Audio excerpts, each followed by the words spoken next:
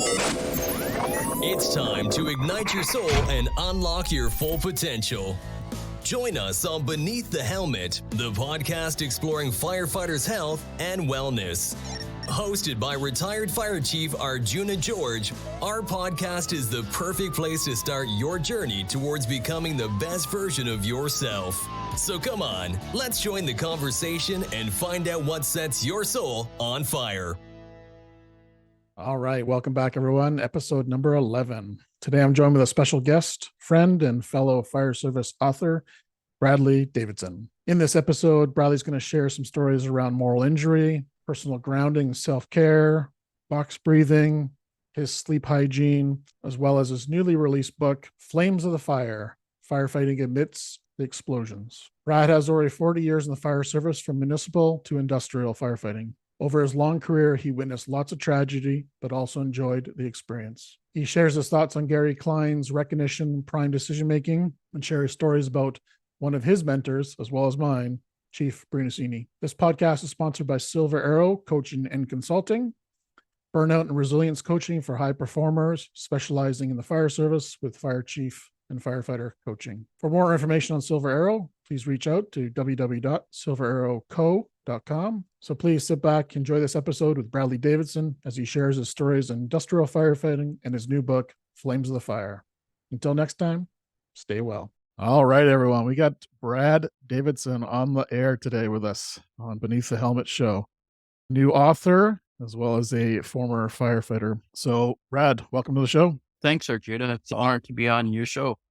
Thank you. Thank you. We've had the privilege of being on a couple shows together, and I just thought it would be nice to, since your new book is out, to kind of go through that and talk about your kind of story about who you are as a person. So maybe let's start with, who is Brad? Tell us your story of where you came from and what brought you to where you are today. I was born and raised in Flin Flon, Manitoba, and have approximately 40 years in the fire service in different capacities. And when I first started with the fire service, I actually lived at the fire hall in Flin Flon while I worked at the mine here. And then after approximately 10 years, I joined the industrial fire department and was two-hatter with industrial and municipal. And then I went straight industrial. I left the fire hall and this municipal fire hall when I got married, started a family, of course. And little did I realize I was jumping from the frying pan into the fire when I went from the municipal to the industrial. So what's the difference between municipal fire and industrial? Can you give us a little snapshot of how it so differs from each other? On the residential side, there might be people that will probably disagree with me, but you almost know what to expect with the size of the buildings, and you have foreknowledge of what you're going to be up against and the possible hazards and risks. On the industrial side, it's just a whole lot bigger anticipated risks and variables, like molten metal, molten sulfur, bulk oxygen storage, bulk propane storage, high pressure steam, and the list goes on. And the transportation of acid and refrigerant gases and that kind of thing. And I was lucky to be handpicked for the hazmat team, and I think that was an immensely good thing for me, because we were actually just surrounded with so many nasty chemicals under the right situation. I imagine the frequencies. I've never worked in any industrial environment, so I'm guessing, correct me if I'm wrong, I'm guessing that there's the frequency of fires is less, but maybe the outcome is greater. Is that fair to say? Or when I first went industrial, we had a lot of fires. I believe it was 1992. We had 72 that made it to our reports, but I think that we could have easily multiplied that by 3 or 4, because there's lots of fires that, say, if I was on shift, I put out myself rather than paging the guys out. If I had the capacity to do that, I did that. And also in 1992, we also transported sick and injured people to the hospital and treated them where we could. And in 1992, we had 1,800 industrial accidents, and we're having a fatal approximately every 18 months for a number of years. Wow. What brought you to retiring from the fire service? What brought me to retiring from the fire service? Actually, I wanted to get 40 years was my marker. I wanted to get 40 years in, and I started getting plagued by injuries and arthritis and that kind of thing from previous injuries probably that I received on fires. When you're on the fire scene, you can take quite a beating up, but you just dust yourself off and keep going. But I think as you get older, they start to catch up to you a little bit. Well, I know you just came out with a brand new book. It's highlighted behind there, or the fighting amidst the explosions, flames of the fire. What did you learn about yourself writing this book? Arjuna, I'm not sure if I shared with you before, but then maybe I did. I had a collection of short stories and short experiences, not necessarily in a journal, but where I'd started writing a book and stopped, and started and stopped, because a lot of the experiences I thought are really unique.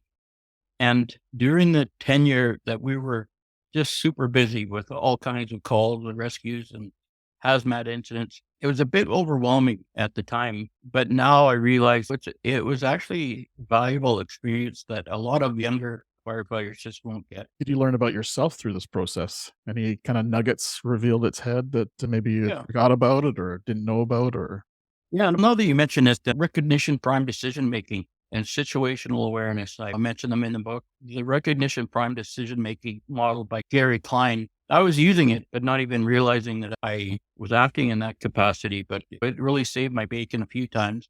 And one time in particular was when I was at the furnace just prior to the explosion, or one of the explosions there, as we had about a dozen or so. But the particular one was a mass casualty incident. And I was at this furnace doing a 360 safety tour, and I got to the outer perimeter as far as I could go on that furnace. And I looked around and I just got the feeling that something wasn't right. And I couldn't put my finger on it, but just from my prior experience with molten metal and fires, and I just had a bad feeling. And it was like a little voice was telling me to book it out of there.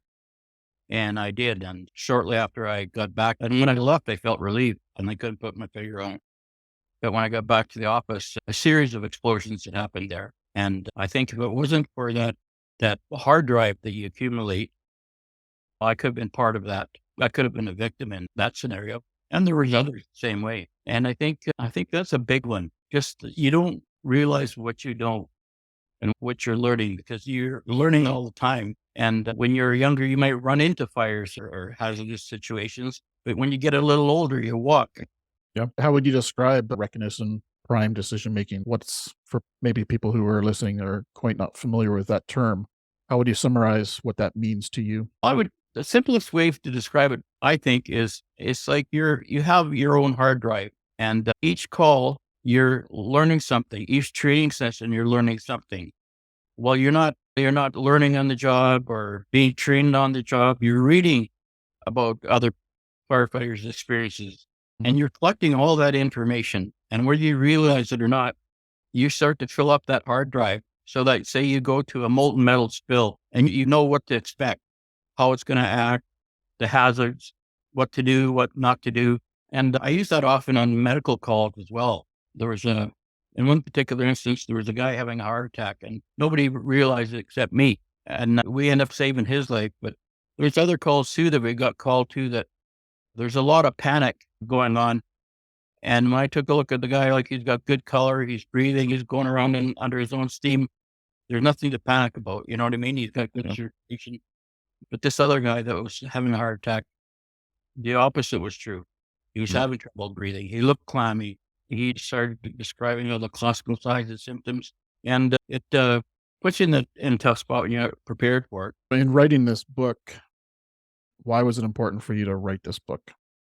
I think it was important for me because we spend our career, at least I did, always thinking, what's the worst that can happen? When you're going into a call, what's the worst thing that can happen while I'm here? You start that train of thought, and then you experience some actually really bad calls. So what you're thinking actually comes true. So after a bad call, say loss of life or something like that, you start to concentrate more maybe on the negative stuff, and you don't give yourself a pat on the back for all the good saves you made and all the influences that you had in a positive way. And it was important for me to write the book so that it wasn't just all bad. There was a lot of good there where you just happened to be at the right time at the right place. In one part of the book, I even described I had a migraine that stayed at work. I shouldn't have been at work, but because of my migraine, I saved another guy's life that was in a diabetic coma. So Meant to be there that day. yeah. I think it's remembering not just the bad calls and the hairy stuff, is remembering the good outcomes, the influences that you made. And that's why you're in the job. I couldn't agree more. Tell us a little bit about your writing process. You said you had journals and notes from a long time ago and you compiled it. Is that essentially what the book is about? Is your journal entries put into a nonfiction book? Yeah, there was journal entries, but it was actually all in my head the whole time. And I guess the book actually describes my journey. It's about me, but yet it's not about me. I describe victims that we helped out. I describe scary times we had with our children, where because of the medical training that I had, I could influence the outcome there. And the people that I met, like life has a weird way of turning out in the good in a lot of ways. Like nobody understood my journey of lifelong education. Mm. They said, "Why are you doing this? Because if you're doing this, you must want this. And if you're studying that, that means you must want." And I often told people I don't really have a goal per se. I just want to learn all about the craft that I can and to create opportunities. We're in a business we were in a business that could kill us easily.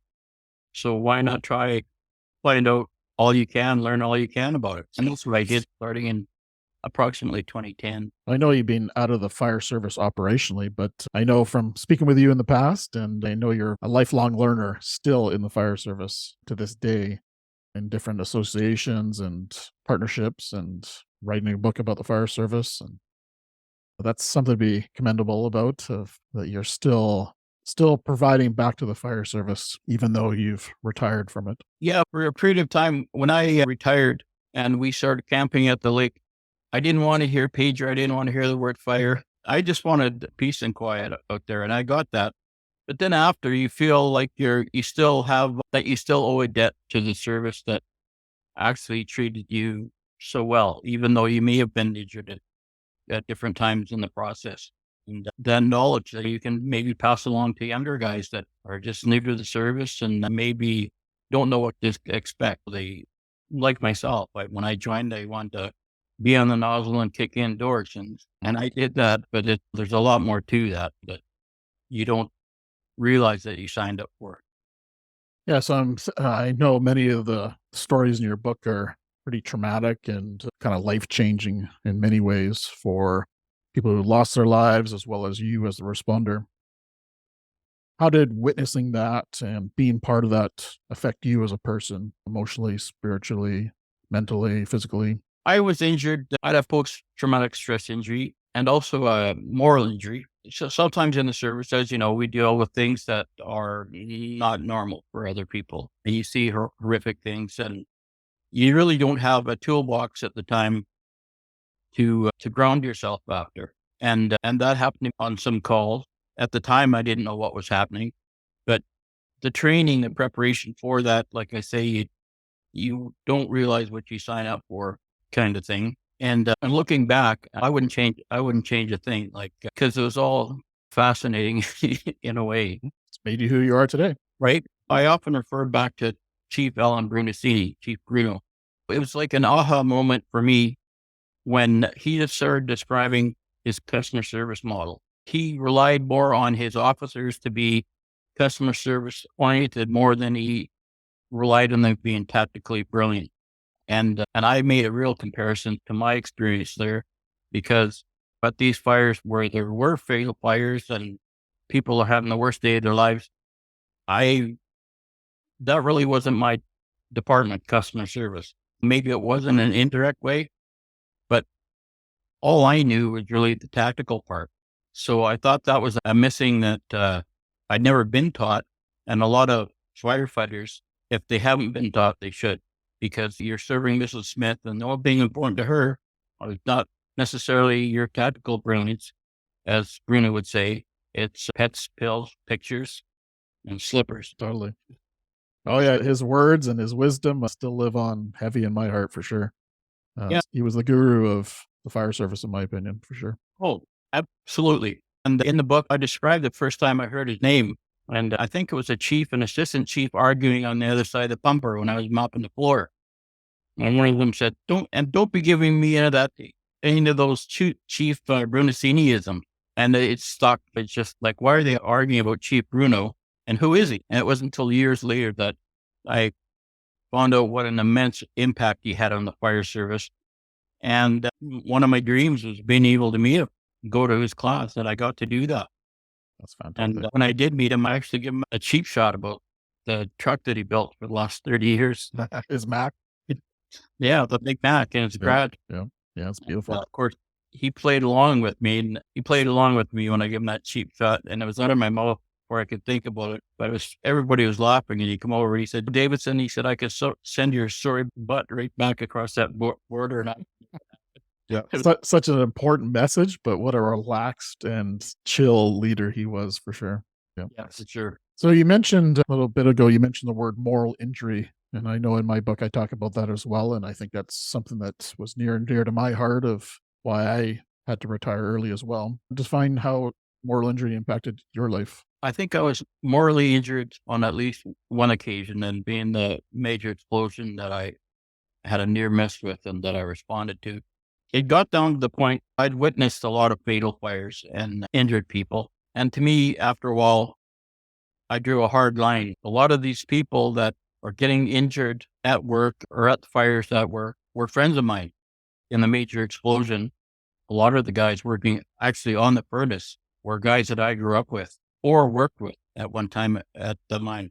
So I think even before then, I was drawing a hard line and saying, if there's a fire hazard or a safety hazard and I don't go after it and try to get it fixed, that means one of my friends who've already been injured once could get re-injured or killed.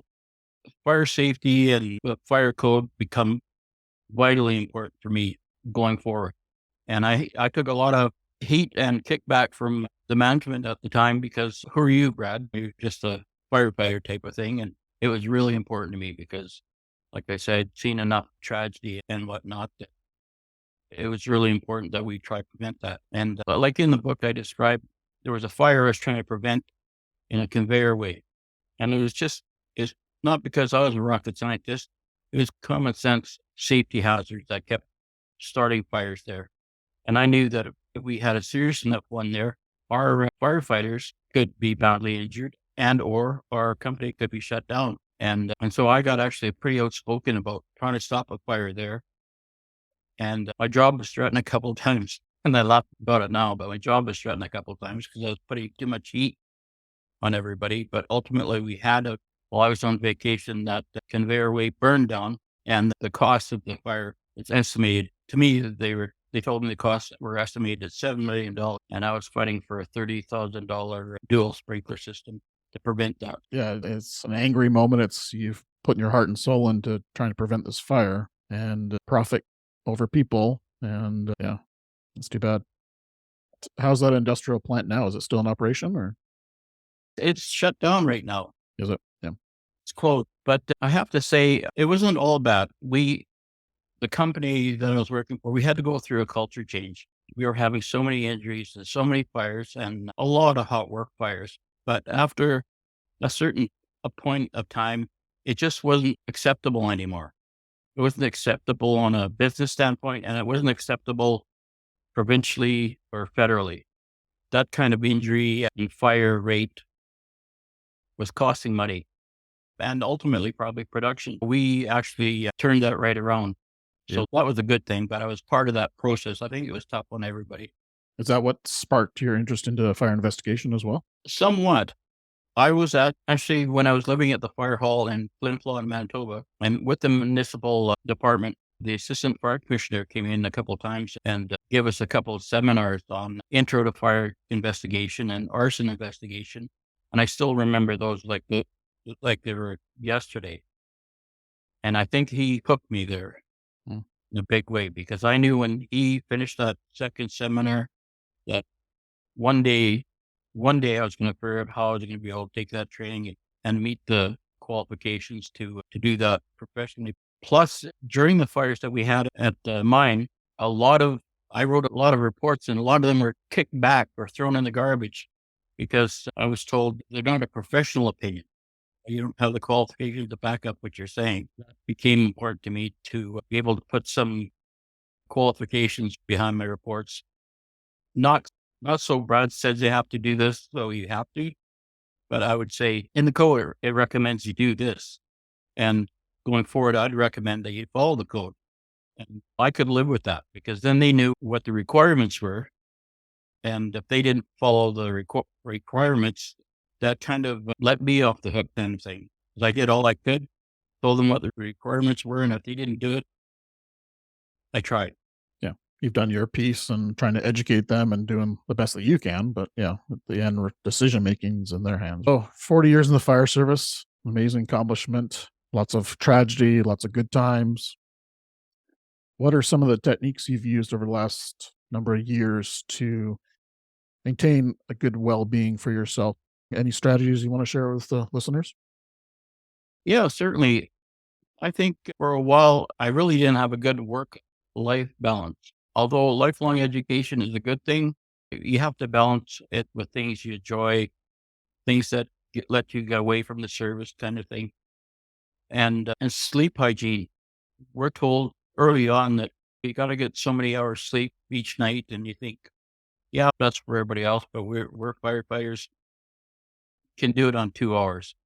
And you start doing that for a lifetime while you're working shift work. And pretty soon you're not coping. You're making withdrawals all the time. And actually, one time I went to a sleep clinic and they told me I had no REM sleep. So I was sleeping, but at such a poor quality, I had no REM at all. So that was the first time I realized I had a problem. And I did have bad sleep hygiene then. And it's something I don't struggle with, but I allot time to get a proper sleep, whether I have a good sleep or bad sleep. I still go to bed at a regular time and try to do everything to have a proper sleep hygiene, and it helps. So what's your nighttime routine to get you ready for a good night's sleep? I have a Apple Watch here, and on my iPhone unit, I could be watching a television show or doing something, and I'll get a reminder. Like it's sick that I go to bed so early, but I go to bed pretty early, and I get a reminder saying, "Hey, you should be going." That's a good idea. And so I can try stick to that. I know when I don't stick to it right away, I feel it. So what made you make a shift in your well-being, your life balance? What was that? Was there a moment in time that said, my work-life balance is off balance? Yeah, I think it was when I started suffering. I was having problems sleeping. Well, I actually had chronic sleeping problems. As I mentioned before, I started to get injuries and aches and pains that I never had before. And it was more having an awareness that I needed professional help with the sleep hygiene. And I got that, and that helped a lot.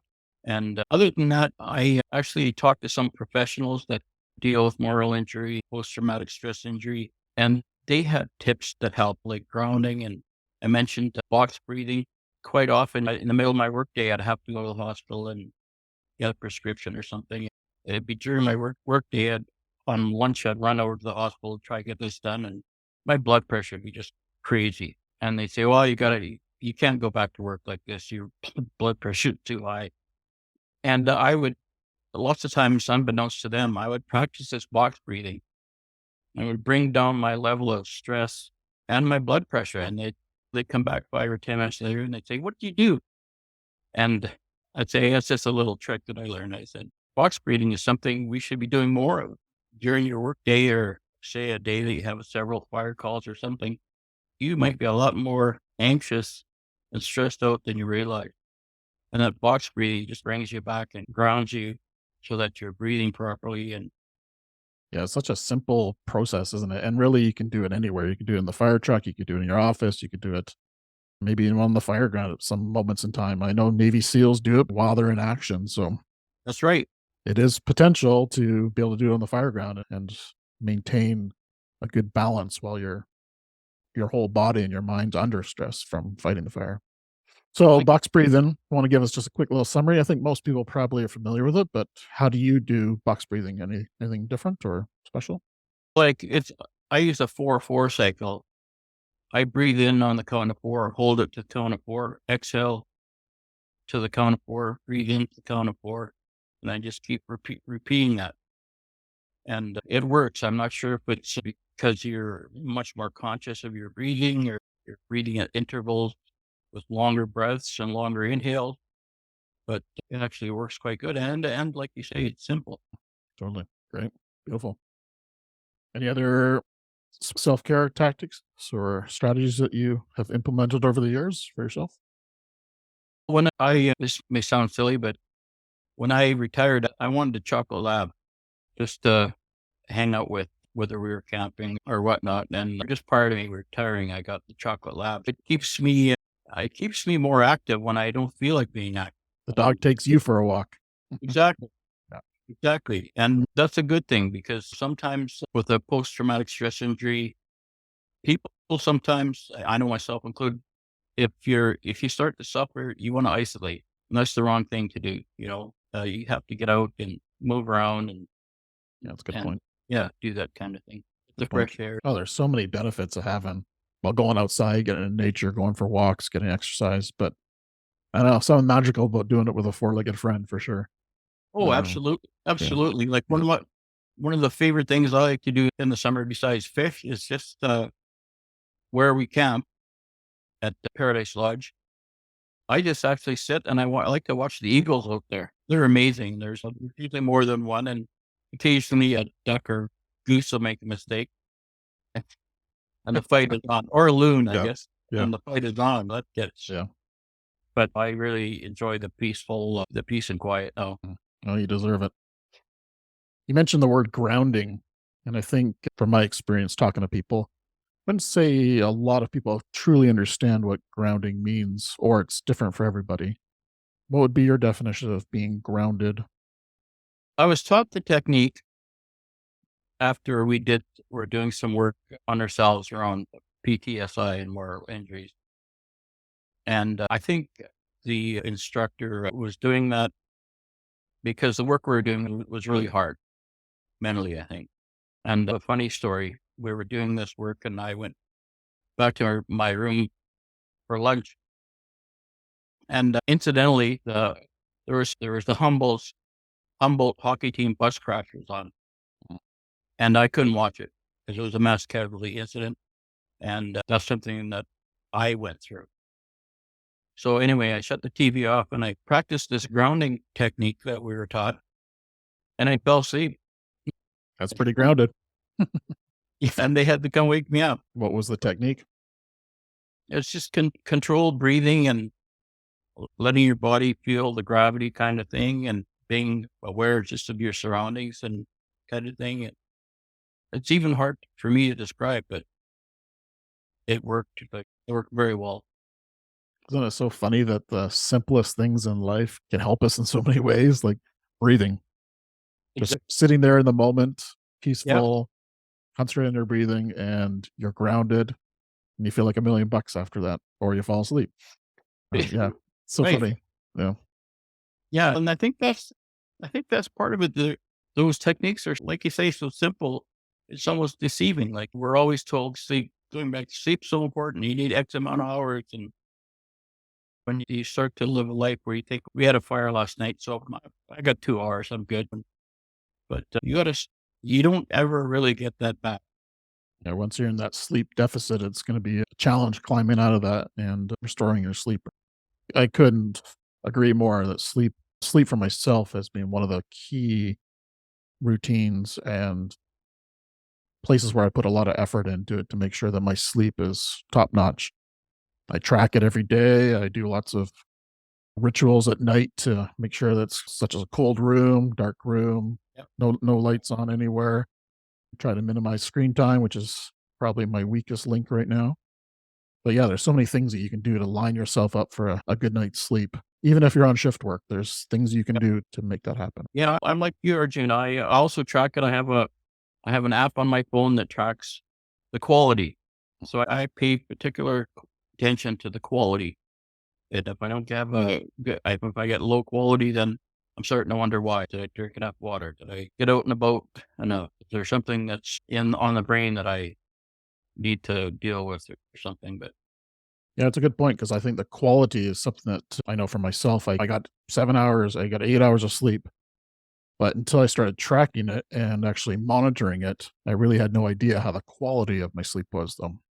Exactly. I sleep for 8 hours, wake up all groggy, and or wake up at 3 o'clock in the morning, can't go back to sleep.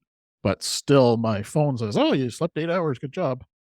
Yeah, the quality is maybe even more important than the hours. But yeah, that's definitely the REM, the deep sleep, Yep. the latency, how long it takes you to get to sleep. Those are all key factors into your health. And sleep really is linked to the most health challenges that people have is probably linked to somehow of sleep or sleep hygiene. I believe that. So what message, you got lots of experience, 40 years once again. You've written a book now to share your story. What nuggets would you love the audience to hear that would maybe help them recover from stress, from PTSI, from the traumatic injuries they see in the fire service? Just live a healthier life as a firefighter. What would be some nuggets you'd like to share? I think practicing self-care as much as you can. And something that's been on my mind a lot lately is there was traumatic experiences. There was PTSI and moral injury. However, as first responders, firefighters, we don't, sometimes we really excel under time pressures and emergencies. We're in the pocket and it feels good. Like it's, I don't know how to describe it, Arjuna. Sometimes when you're behind the wheel, say the pumper or something, and you have the sirens going and you know exactly where you're going and what your job is when you arrive there, it doesn't feel bad. It Mm. doesn't, it's not the bad kind of stress. It's the good kind of stress. And I think where firefighters sometimes get messed up, which could very easily happen to me, and I think actually did, is you put duty over self. Because I know that even if we got 2 hours sleep, or we have a PTSI, or maybe we have a physical injury, we still want to get out there and serve, even though we may be injured and not be able to serve in our full capacity. And I think that kind of sums it up. I think we're put together so we put duty over self. And there again, there's got to be a balance, right? Yeah, I think it's ingrained in us that the customer always comes first, customer being whoever we're protecting and saving. But really, just like going into a structure, we go and make sure that we're fully equipped in our PPE and our SCBA. We don't go in with jeans on. Same kind of attitude. We should be going in with a high mental capacity, a high physical capacity, rest, sleep, nutrition, hydration, and then we can go and do our job very well. Yeah. And one other thing in the lifelong journey of education, at the time, it was critically important that I come out at the top 5% of the class. Not only did I do well, but I got good marks and I absolutely got the piece of birch bark on the wall, so to speak. But at the end of the day, now when I reflect back on it, I met some really incredible people. And it's those kind of things I treasure, I think, just as much or more now than I did then. And a funny story to, if we're getting close to closing, a funny story, I met a bomb tech, like I mentioned in the book, from the military. And I thought, man, what I do is nothing compared to what he does. And as I described in the book, after a short conversation, he swung his arm in a wide arc and he pointed right at me and he said, yeah, but you firefighters are nuts. I didn't know what to think about what he said. And I said, what do you mean by that? He said, well, running into a burning building is just crazy. And he was a bomb. Yeah. Walking up to a bomb that's way to blow up is, it's freaky too. Yeah. Oh, there's tons of professions that I consider to be, whew, I would never want to do that job. Right. Exactly. Yeah. They probably say the same to us. Yeah. Yeah. So in closing, how can people find out more about Brad, your book, and connect with you if they want to? Where can they purchase it? It's on Amazon worldwide, Barnes and Noble, Walmart, the USA, Booktopia, Ape Books. I have a website, bradleydavidson.com. I'm on the social media. I watch Amazon pretty close to make sure that they have the stock and the hardcover and the Kindle version and the paperback. Great. Probably easiest for Canadians. Great. Excellent. It's lots of opportunities there for people to snag a copy. And it just was released a couple weeks ago?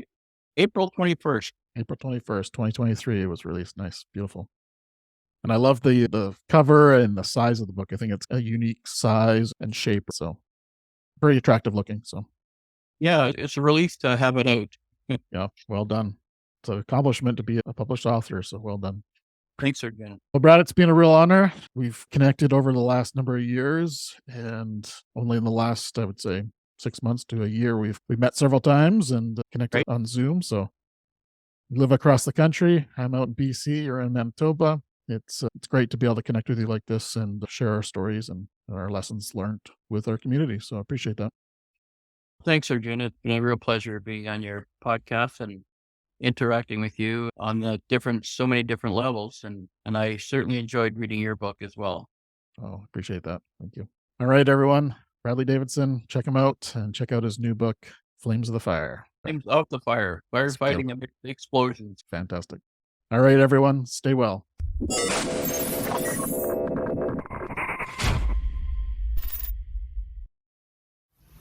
Thank you for tuning in to Beneath the Helmet. We hope that this podcast has provided you with valuable insights into the world of firefighters' health and wellness. Remember, caring for your physical, mental, and spiritual well-being is crucial to achieving optimal performance. Join us next time on Beneath the Helmet for more inspiring conversations. Until then, stay well.